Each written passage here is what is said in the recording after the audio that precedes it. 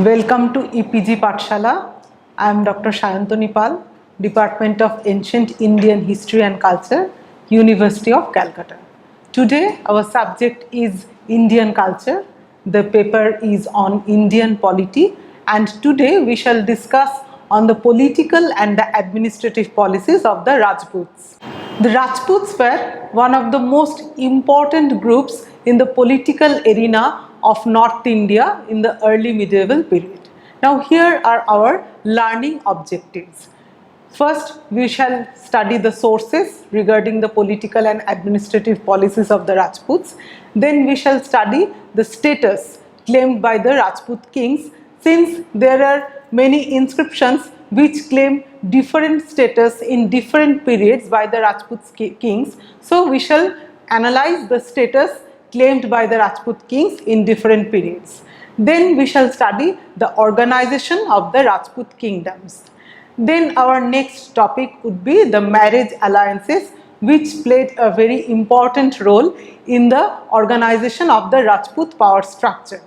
Then we shall study the Chaurasiya system. Now this Chaurasiya system is a very important system of land distribution. This is seen among the Rajput dynasties.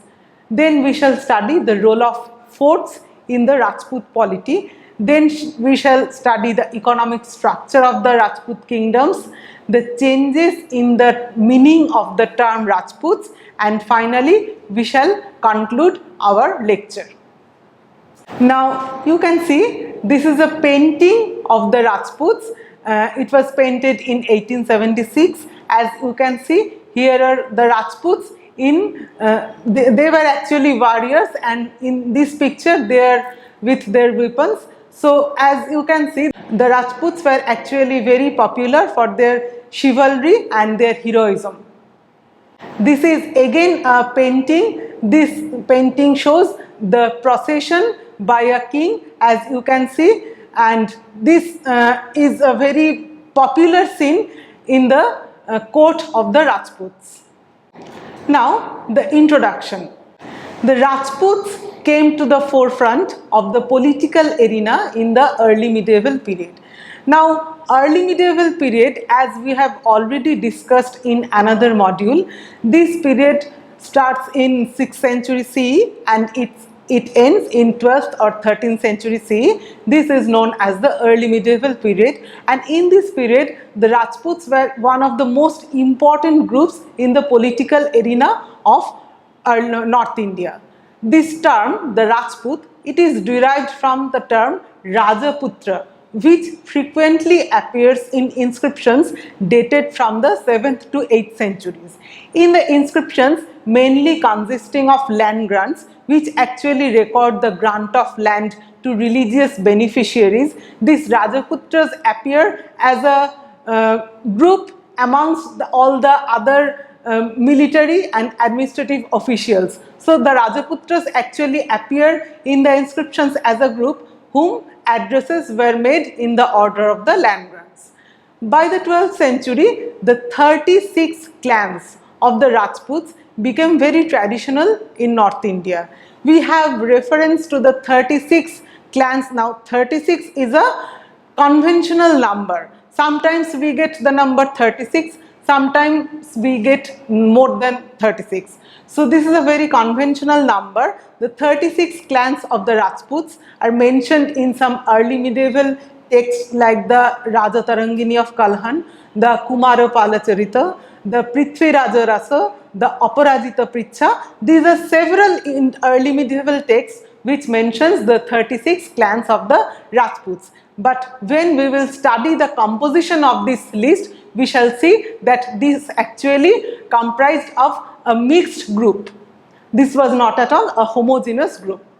Now the process of the emergence of the lineages claiming the Rajput status had some common pattern and features which we shall study and analyze in course of our lecture. and this was actually connected with the historical processes, the other historical processes. What are the other historical processes? There were agrarian expansion in an area, there were increase of settlements. So actually the origin of the Rajputs, the rise of the Rajputs are associated in different areas with these types of historical processes. In this map, you shall see a distribution of the Rajputs in modern India. So there are several Rajput clans in modern India, and you will see the more greener parts of the map represents the areas dominated by the Rajputs, and they are actually located more in the western part and also in the central part of India. They are much less in the southern part and the eastern part of India. So the Rajputs actually occupied the area in western part of India and in central part of India, comprising Gujarat, Rajasthan, the western part of Madhya Pradesh, and so on. Now, the sources for study of the political administrative structure of the Rajputs. There are a large number of inscriptions consisting of land grants, which I have already discussed about the land grants, and there are several panegyrics. Panegyrics are actually prashastis. They were usually engraved on stone and they were composed by the court poets of the royal dynasties. So there are several land grants and panegyrics of the dynasties which claim Rajput status. These inscriptions also contain references to their origin myths and how they trace their descent from some epic heroes or some sages, etc. So these inscriptions actually contain a large number of data regarding how the several Rajput dynasties explain their origin and their rise to power. Then there are some early medieval texts like the Raja Tarangini, the Prithvi Raja Rasa, etc. They refer to the Rajput clans as numbering 36, which I have already discussed. Some of the legends, the bardic tradition, they contain a story regarding the origin of the Rajputs. There is a story. This story actually appeared much earlier in some texts like the Mahabharata. In some of the Puranas, this story appeared, but later this story again appeared in the bardic tradition. This story tells us that there was a sage called Vasishtha, and he had a cow, a wish-fulfilling cow, which was stolen by another sage, Vishwamitra. So then Vasishtha actually offered something, made some offerings in a sacrificial fire pit at the Abu mountain, and from that fire a hero came and he was ordered by Vasishtha to bring back his cow. Now this hero brought back this cow and Vasishtha became very satisfied and he named this hero as Paramaro. So Paramaros, actually it is the name of a dynasty who claimed the Rajput status.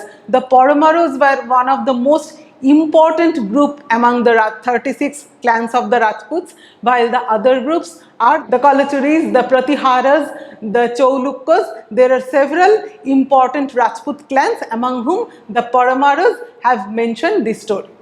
Now we will discuss in detail the claim for political status made by the Rajputs in their inscriptions. There is the theory called Agnikula, that is origin from a fire pit at Mount Abu, which I have just discussed. There is another claim put forward in the inscriptions of the Rajputs regarding the Brahma Kshatriya status. Now what is the Brahma Kshatriya status? It is a mixed status. The Brahma Kshatriya actually originated from an intermarriage between the Brahmana and the Kshatriya. So when somebody is claiming the Brahma Kshatriya status, actually he claims both the Brahmana status and the Kshatriya status. But why people used to do so? Because the Brahmana blood was pure. So in order to claim purity of descent, one would claim the Brahmana status. And then why Kshatriya status? The Kshatriyas were actually the rulers. To be a ruler, one should belong to a Kshatriya caste. This norm has been set by the authors of the Dharma Shastras. So in order to put their claim for rulership, people, the dynasties claimed the Kshatriya status. So the Brahma Kshatriya is actually a mixed status which were claimed by these different Rajput dynasties. Then there is another claim regarding the connection of these Rajput dynasties with Surya Vangsha or Chandra Vangsha.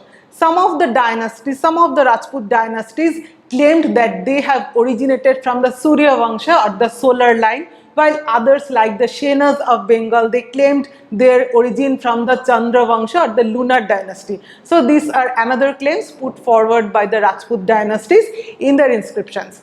And lastly, they would always connect themselves in the genealogies with some epic heroes like Rama, like Lakshmana.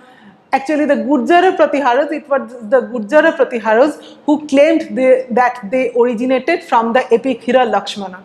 And in other cases, they also trace their origin from renowned sages like Vashishta and also from renowned kings like Prithu, Sagara, etc. Now, the process of legitimation by the Rajputs.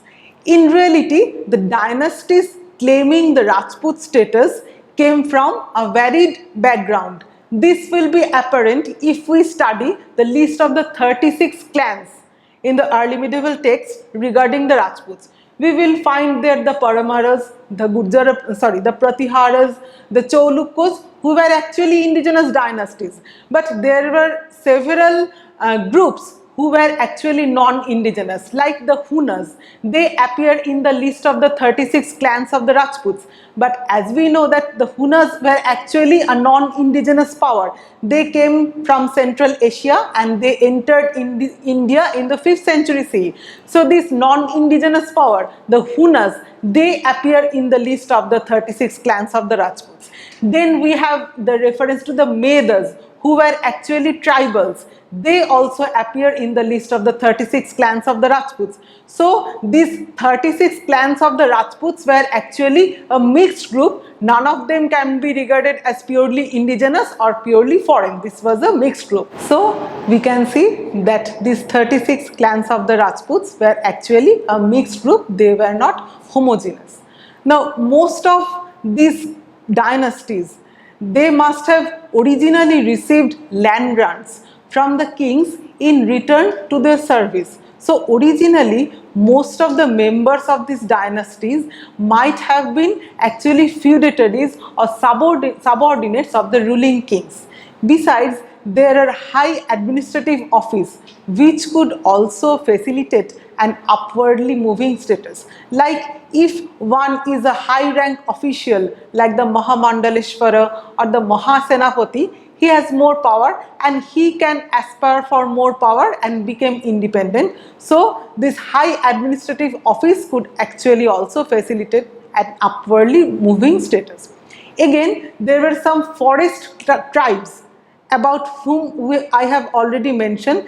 There is the reference to the Medas in the 36 clans of the Rajputs. So some of the clans were actually conquered and they later appeared in the list of the 36 clans of the Rajputs. So now I can discuss some data analyzed by B.D. Chattopadhyay in his seminal work, The Origin of the Rajputs. In this work, in this article, he has studied several the claim for origin made by several Rajput dynasties. But as a case study, we shall study only the case of the Gurjara Pratiharas. Now, the Gurjaras had a distribution throughout the western and the central part of India. Several Gurjara kings are found in Rajasthan as well as in Kannakubja. Now, the most famous among them was the Gurjara Pratiharas, who actually conquered the power at Kannauj, but there were several Gurjara families like those in Jodhpur, those in Nandipuri, those in Mandor. There were several Gurjara families. Now, B.D. Chattopadhyay studied the claim for origin put forward by these Gurjara families. In an earlier period in the 7th century, when they did not rose to power, they did not capture power at Kannakubja, they were claiming feudatory status for them, and they traced their origin from the epic hero Karna. So this was a rather humble claim for origin put forward by the Gurjaras of Nandipuri in the 7th century CE when they were feudatories. But later on, in the 9th century, when they captured power in Kanyakubja, they claimed their origin from the Surya Vangsha. They claimed that the epic hero Raghu or Rama is their ancestor. So this is a very elaborate claim, a high sounding claim put forward by the Gurjara Pratiharas, a branch of the Gurjaras, when they captured power in Kanyakubja and dominated the other rulers. So you can easily see the difference when a dynasty, when a power is in a subordinate status, the claim for origin put forward them is rather in a low tone, and when they captured power, they became sovereign, they are putting some high sounding claims for their origin. So there are several case studies made by B.D. Chattopadhyay in his work The Origin of the Rajputs. Now the Brahma Kshatriya, as I have already discussed that the Brahma Kshatriya status was put forward by the several Rajput families, but when B.D. Chattopadhyay suggested that the Brahma Kshatriya was actually a transitional status. This was put forward by the dynasties when they moved from a feudatory to a sovereign status. Then they were putting the claims for their Brahma Kshatriya status. But as soon as they capture power and become sovereign and dominate the others, they never claim this status. They then claim much high sounding, they then make some high sounding claims. Now this Brahma Kshatriya status was claimed by the lineages aspiring for power. Now the transition from the feudatory to independent status was through the growth of military strength. As you know that when ruler becomes more powerful and he acquires more power, he becomes indispensable to his overlord. When the overlord makes some expedition, he requires the help of this feudatory. So there was the growth of military strength, and through this growth of military strength, one can rise to power. Now the emergence of the early Rajput clans actually took place within the existing hierarchical political structure. This is because there are some earlier views which suggested that the origin of the rise of the Rajputs, the emergence of the Rajputs in the political arena was brilliant and remarkable, and it was a sudden emergence. But what B.D. Chattopadhyay wanted to emphasize is that it is not at all sudden. It is associated, the rise of Rajputs, which he calls the process of Rajputization, is actually associated with other historical processes, and it took place within the existing hierarchical structure of polity of early medieval India. So the rise of the Rajputs, according to B.D. Chattopadhyay, is not at all sudden.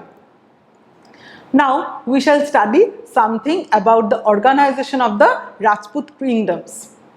The focus of each Rajput kingdom was the territory over which the lineage had direct control. So we may regard this as their core territory over which the lineage, the term lineage in the inscription in Sanskrit it has been referred to as Vangsha, Kula, Anvaya, etc. So the core territory over which the lineage had direct control was the focus. Then there were the neighboring areas, the surrounding areas. They were occupied, their branch families. Now this is very interesting, because if the core area was occupied by the main family and the surrounding area is occupied by the branch family, so this actually consolidates the power base of the dynasty, since the main area is occupied by themselves and the surrounding area is occupied by the branches. Now the main family distributed land among their kinsmen. This is a very interesting feature, a remarkable feature of the Rajput polity, that they liked to distribute land surrounding their core area only to their kinsmen, their blood relations. And some of the grantees were not actual kinsmen. Now this is also interesting, since if one is not a kinsman, why should he claim himself as a kinsman, and why should the main family accept such claims? there were some political motives behind such claims. Now we shall discuss this through the segmentary lineage system. This may be regarded, the thing I have discussed, that the main core area is occupied by the main family and the surrounding area is occupied by the branch family. This is called the segmentary lineage system. This could often incorporate non-kinship related families as a segment of the main line.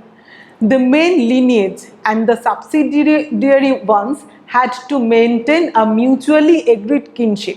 By mutually agreed kinship, we mean that the main family would regard the non-kins as their kins, and the non-kins would also claim that they were actually kins of the main family. So this is called a mutually agreed kinship. The family of a high rank official who obtained land assignment from the ruling family in return to his service might also claim a lineage link with the ruling family. So there are several families which were non-kin, they could actually claim kinship with the ruling families. Now we shall discuss the role of the marriage alliances in the Rajput polity, which was very important and exclusive to the Rajput political structure. The marriage alliance between the main family and another family claiming to be its branch was common among the Rajputs. Now such marriages had a political aspect, because if the main family is only marrying their daughters into the branch family, actually the land is circulating within their family. It is not going outside to their family. So this also consolidates their power base. So the marriage alliance with the branch families was a very important aspect of the Rajput polities. Now this marriage pattern of the Pratihara families point to the development of the inter-clan relationship, how we will study now. The pattern of marriage alliances in the Rajput dynasties. In some cases, the marriage alliances were made with one or two families. We will find two different types of cases. In some cases, the marriage alliances, the dynasties liked to enter into marriage alliances with one or two families. But in other cases, the marriage networks was much more expansive, like in the case of the Guhilas, who had matrimonial alliances with several Rajput families. So in some cases, marriage alliances were made with one or two families. As for example, we may refer to the marriages of the Chahamanas with the Rashtrakutas and the marriage alliances between the Paramaras with the Chahamanas. In each cases, the marriage alliances were made with a single family. In other cases, the marriage network was much more expansive. As for example, the Guhilas had matrimonial relationship with the Chaulukyas, the Paramaras, the Rashtrakutas, the Chahamanas, and also the Hunas. So this is very interesting. The Chahamanas, the Guhilas actually had a range of dynasties with whom they entered into matrimonial relationship. Now see the names: the Chaulukyas, the Paramaras, the Rashtrakutas, the Chahamanas. All of them were indigenous dynasties. But what about the Hunas? The Hunas were actually a non-indigenous power and came from Central Asia. So why did the Guhilas entered into matrimonial relationship with the Hunas? Now this was also again to consolidate their power base, and by entering into matrimonial alliance with an indigenous dynasty like the Guhilas, the Hunas would also get some social status. So this type of marriage alliance between indigenous and non-indigenous dynasty had several aspects, like the political aspect and also some social aspect. Now, impact of the marriage alliances. What are the impacts of these marriage alliances? Inter-clan marriage networks were limited to the Rajput category. Now this is very important regarding the development of the Rajput political structure. In the inscriptions of the Rajputs, we always found that Rajput dynasties were actually entering into matrimonial alliances only with the other Rajput dynasties, but they never go outside. As for example, in the inscriptions of the Palas, we will see that they always entered into marriage with the Rashtrakutas, and there are some patterns for marriages among several other families which I have already discussed. So interclan marriage networks among the Rajput family were limited to themselves only. The choice was definitely directed by political motives, which I have already analyzed. It could provide social legitimacy, as I have discussed in the case of the Hunas. Now, collaboration was there in socio-political activities. As for example, in some cases, we find that member of another dynasty was put in charge of controlling a fort or put in charge of controlling a religious institution by the main dynasty. So there were collaboration in the socio-political activities as a result of such marriage alliances. Now the interclan relationships thus serve as the key in understanding the evolution of the Rajput polity. Now we shall discuss the Chaurasiya system, which is another important system of land distribution among the Rajput dynasties. What is the Chaurasiya system? Chaurasiya refers to an unit of 84 villages. This is a new land unit consisting of 6 villages or its multiples, which appear in the inscriptions of the Rajput dynasties. The inscriptions actually state that villages were attached to such units. How? When some villages were granted and recorded in the land grants, they always say that this village is attached to. The term for attached to is Pratibadha. This village is Pratibadha to this unit of 84 villages. So this unit of 84 villages to which the granted villages were actually attached were actually an administrative unit. So unit of 84 was actually the administrative units arranged by the Rajputs for the development of their power structure. These units thus became the nuclei of some kind of local control. Now the spread of the Chaurasiya system. The earliest evidence regarding the reference to the unit of 84 villages is from Saurashtra towards the close of 9th century. Gradually we find that this Chaurasiya system spread from Saurashtra to Rajasthan, perhaps in order to facilitate the distribution of land and political control among the ruling elites. So you can see how important this system was in the arrangement of the administration of the Rajput territories. The Visaladeva Rasa suggests that by the second half of the 14th century, the Chaurasiya or holders of 84 villages had become a well-known class of chiefs. So these Chaurasiyas, who were actually the holders of a unit of 84 villages, became very important element in the Rajput polity. Now the impacts of the Chaurasiya system. Such big estates like a unit of 84 villages, this must be a very big estate. They must have emerged from the process of the distribution of land among the members of the ruling clan, which I have already discussed at the beginning of my lecture, that the Rajputs liked to distribute the neighboring lands within their family only and also within their branch family. In every Rajput kingdom, the Chaurasiya system was, however, not followed. But this system must have provided a theoretical frame to the political structure in which the hierarchy of units and the linkages between the clan members and the units could be worked out. So this was a very important feature of land distribution among the Rajputs. Now the role of forts. Forts were very important in the Rajput polity. Even today we have several forts in the Rajasthan and Gujarat areas which are very popular. They were actually set up by these Rajput dynasties.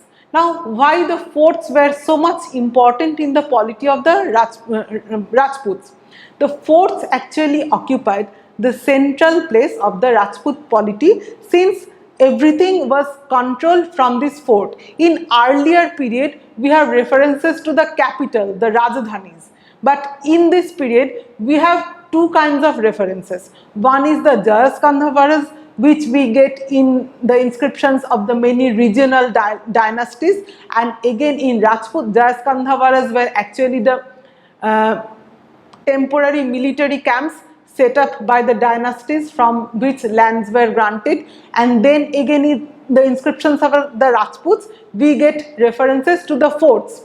These fortified settlements in each unit, these forts actually replaced the capital. The functions which used to be done by the capitals in early period were actually now done by the forts. So forts were very important in the Rajput polity.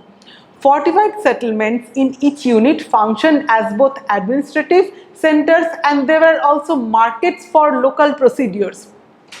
There are several references in inscriptions from Rajasthan. As for example, we get reference to Kamakia Kotta in the Bharatpur area, Rajyapura at Rajar in Alwar, Mandavyapura Durga at Mandor near Jodhpur, and Chitrakuta Mahadurga at Chitor. So we have several Sanskrit terms for forts. We have reference to Kotta, we have reference to Pura, we have reference to Durga. All of these meant to the forts, which are the central place of the Rajput polity, the Rajput kingdom. The role of the forts represented the numerous foci of power of the ascendant ruling families. They had close links with the landholding in the neighboring areas. These are very apparent from the references to the boundaries of the granted villages in inscriptions. Forts were actually the foci of control for the rural surroundings. How? Let us analyze one inscription. This is the ropey plates of the Paramara king Devaraja. It belongs to 1052 CE. It mentions the grant of a piece of land in the Svabhujyamana Vishaya of Devaraja. Svabhujyamana Vishaya means that this land was the own enjoyment, the Bhujyamana of this ruler, the Paramara Devaraja. The land was located, the gift land was located to the south of Sri Malyakotta. Now Sri Malyakotta was obviously a kotta, durga or a fort, and at its boundaries there were lands belonging to two Brahmanas and a Mahasamantadipati. So what I am trying to explain is that the lands were actually always granted near the forts. So the forts were actually the central focus of the territory of the Rajput. Another inscription of the time of the Paramara Udaditya from Shergarh in Kota district refers to another fort, and a temple was situated nearby. So now the economic structure of the Rajput kingdoms. The inscriptions suggest clan patrimony as well as clan exclusiveness in the matter of the distribution of the land. How clan patrimony worked? Terms like Vangsha Potaka Bhoga. Vangsha Potaka Bhoga actually means the bhoga or enjoyment or land that was actually enjoyed, belonged to the sons of the family, the Vangsha. This reference we get in the Rajorgarh stone inscription of the Mathanadeva, the Gurjara Pratihara king of Alwar. This refers to clan patrimony. Then we have also reference to clan exclusiveness. The Harsha inscriptions of 973 CE from Jaipur refers to the Swabhogas or personal estates of King Singharaja, his two brothers and two sons. Now the inscription also refers to another assignee, perhaps of a Guhilo clan who enjoyed a bhoga, and finally it refers to a Dusadhu who was an official. So we have three types of members who were actually enjoying the land. Some belong to the royal family, some belong to some were officers. So they were members of the royal family who enjoyed land, and there were non-members of the family who also enjoyed land. In the 12th century, the areas under the Chahamanas of Nadol refers to the names of assignments and grasa bhumi or bhukti, and by whom they were held? They were held by the kings, the Kumaras, the Rajaputras and the Raggi. Raggi means the queen. So all of these lands were actually held by the members of the royal family. Now all these administrative policies brought some changes in the meaning of the original term Rajaputra, which is very important. Originally Rajaputra meant the son of a king, but in early medieval period, the period about which we are now discussing, in this period Rajaputra actually referred to a large section of the landed aristocracy, and not necessarily all of them were the sons of the Rajaputras. So by this process of legitimation, by this process of marriage alliances, the exclusive system of land distribution known as the Chaurasia system, the Rajputs now became the foremost groups of the Kshatriyas. So in early medieval North India, we have two clear groups, when one were simply known as the Kshatriyas and one was the foremost among these Kshatriya groups. They were known as the Rajputs, who are distributed, as I have already pointed out, in western part and the central part of India. The traditional Kshatriya, what happened to the traditional Kshatriyas now? They were also going through a process of change. They are a reference to the son of Kshatriyas as a Sutradhara, a composer of a Prashasti, or another to Kshatriya Vanik. So the traditional Kshatriyas, who are non-Rajputs, they were actually going through a process of change, and they took to another professions like that of a trader, like that of a composer of Prashasti. Now, collaboration among the Rajput clans, there were collaboration in various fields among the Rajput clans. The consolidation of the Rajput structure was also facilitated by the collaboration between the emerging clans in terms of participation in various levels of polity. In earlier period, we have reference to the feudatories of the Rajaputras. As for example, one of the good families known as the Gurjaras of Ballavi, they were actually provided support to the rival of Harshavardhana. So they were actually feudatories. So in this level, they had the overlord and the feudatory relationship. So this is one aspect of such collaboration among the Rajput families, that some of them played the role of overlord while others were feudatories. But there were also other levels of this political relationship, which you will see in this slide. There were circulation of clan members in the courts of other clans. Like the Hansi stone inscription of Prithviraja Chahamana, it actually refers to a fort called Asika Durga that was given to a person of the Guhilo clan. So a member of the Chahamana clan had put in charge another member of the Guhilo clan in charge of a fort, and a person of the Doda clan. Now Doda is another Rajput dynasty. Another member of the Doda clan was again put in charge of another fort. So in Chahamana polity, we find that members belonging to the Guhilo clan and Doda clan were put in charge of their forts. So in this way, we have collaboration among the Rajput clans. Now we shall summarize our lecture. Thus, in the early stage of the rise of Rajputs, it was an entirely political process. But what happened in the second stage?